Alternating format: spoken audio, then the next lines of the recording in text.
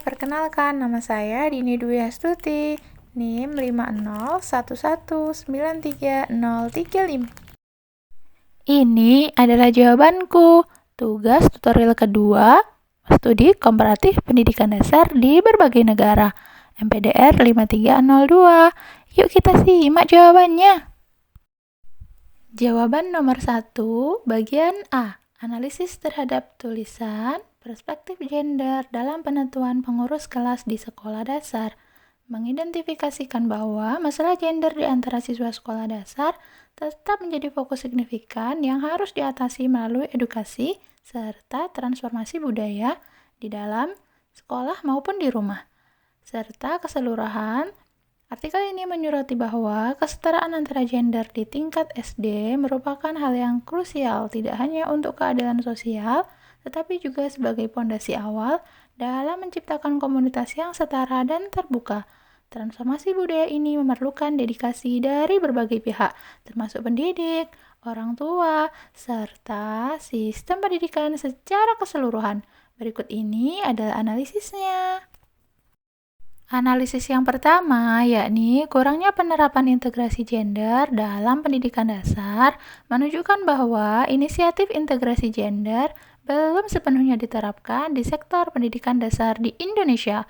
Walaupun sejatinya, negara sudah berkomitmen untuk mematuhi standar yang ditetapkan oleh UNESCO sejak tahun 2005.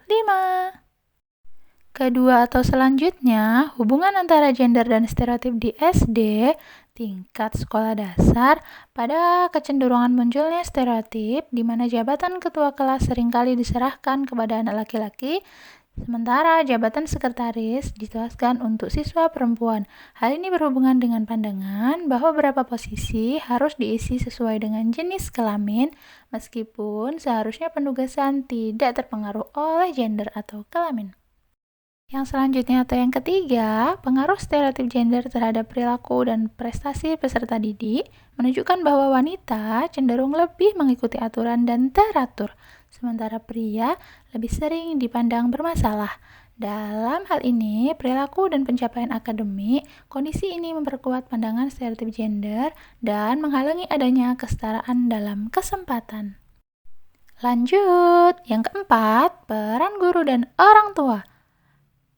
Guru harus bisa membuka jalan bagi setiap murid untuk terlibat dalam setiap kesempatan tanpa memandang gender, serta berkontribusi langsung dalam menyebarkan pengetahuan dan menghapus pandangan stereotip.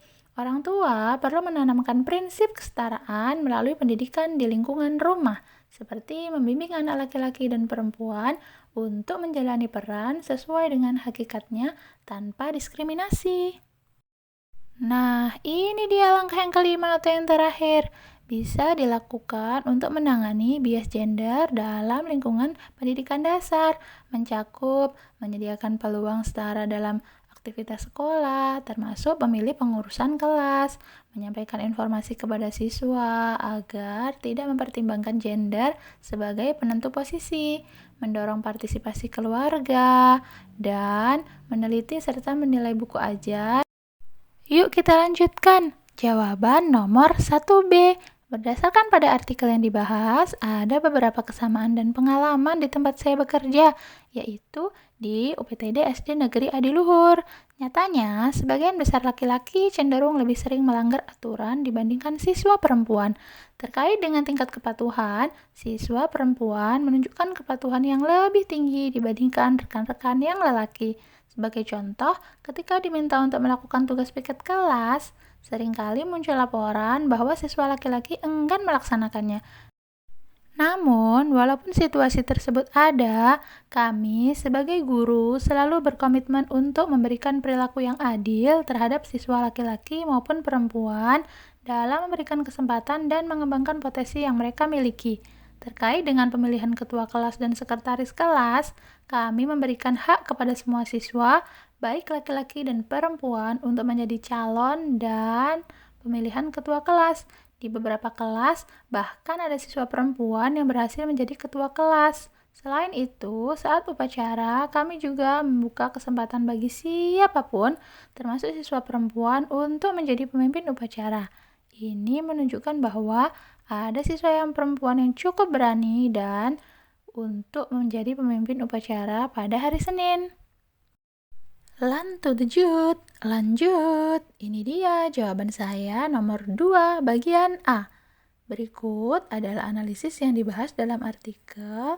Artikel ini sejenis artikel internasional yang saya dapatkan. Ini dia judul artikelnya. Tingkat pemenuhan kebutuhan otonomi menunjukkan angka yang lebih rendah dibandingkan dengan kebutuhan lain. Ada hubungan positif yang terlihat konsep dari fisik dengan kepuasan BPN, serta berbagai bentuk motivasi termasuk intrinsik yang terindikasi dengan bersifat terpaksa. Secara keseluruhan, anak laki-laki menunjukkan hasil yang lebih unggul dibandingkan anak perempuan dalam hal konsep diri fisik dan beberapa aspek motivasi serta kepuasan BPN. Secara individu hanya dapat memprediksi motivasi yang lebih bersifat self-determined, inovasi dan teridentifikasi, dan memiliki dampak yang terbatas terhadap motivasi terpaksa, serta tidak mampu memprediksi motivasi eksternal atau motivasi. Kepuasan terhadap kebutuhan otonomi sangat krusial karena berdampak pada motivasi intrinsik dan mengidentifikasi. Kebutuhan ini seringkali tidak terpenuhi dalam proses pembelajaran di tingkat dasar, sehingga diperlukan perubahan dan pendekatan yang mengikuti kurikulum yang lebih berorientasi pada pengalaman dan pembelajaran aktif.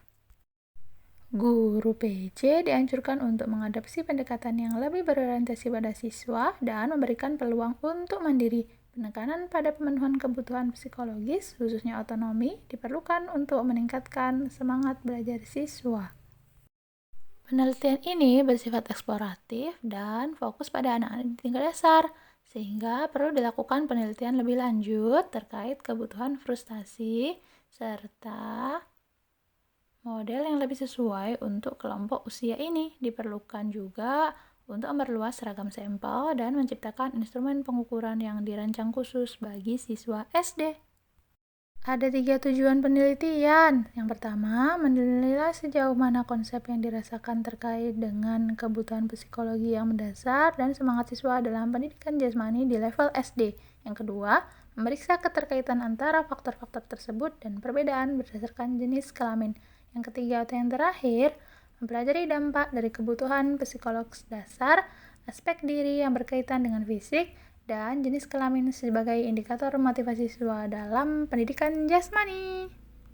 Terdapat 3 kerangka teoritis juga, mengacu pada konsep motivasi internal dan eksternal secara teori kebutuhan psikologis dasar. Yang kedua, BPN terdiri dari kebutuhan untuk memiliki keterampilan, kebebasan, dan koneksi sosial.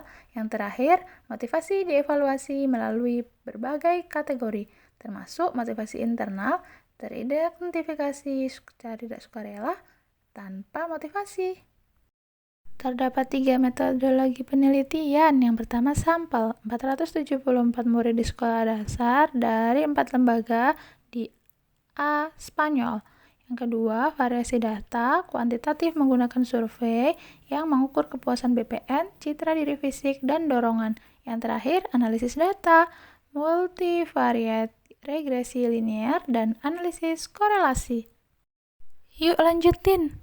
Dalam memenuhi kebutuhan psikologis yang mendasar, khususnya dalam hal otonomi, memiliki peran yang signifikan dalam meningkatkan motivasi belajar siswa menuju bentuk pembelajaran yang lebih intrinsik dan teridentifikasi.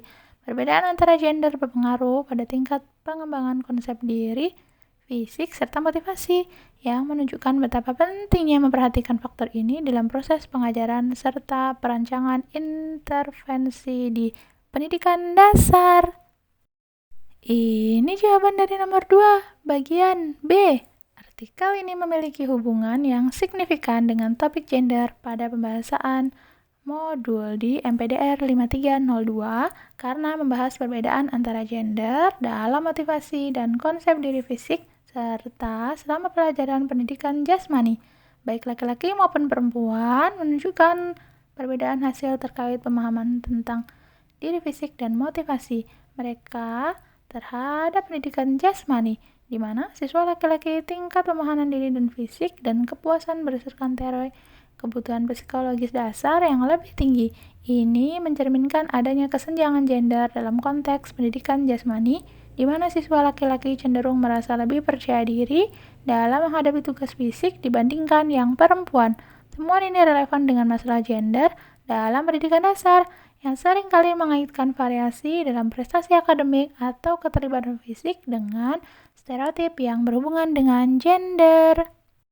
Yuk lanjut, artikel ini juga menyatakan bahwa meskipun terdapat perbedaan antara jenis kelamin dalam hal konsep diri fisik dan kepuasan terhadap BPN, motivasi intrinsik dan teridentifikasi sebagai dua jenis motivasi yang lebih mandiri, tidak menunjukkan perbedaan yang signifikan antara pria dan wanita. Ini menunjukkan bahwa dari sudut pandang motivasi dalam pembelajaran, baik siswa laki-laki maupun perempuan memiliki kemampuan berpikir dan keinginan untuk terlibat dalam aktivitas fisik yang tidak jauh berbeda. Meskipun pandangan mereka tentang diri fisik berbeda, oleh karena itu hasil pembelajaran dalam konteks pendidikan jasmani tidak hanya dipengaruhi oleh jenis kelamin, tetapi juga dipengaruhi oleh pandangan diri dan dukungan yang tersedia demi memenuhi kebutuhan otonomi, kompetensi, dan hubungan sosial.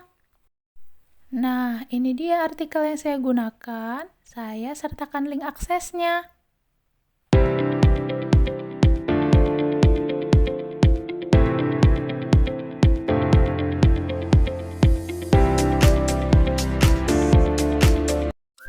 Sekian, terima kasih. Wassalamualaikum. Bye-bye.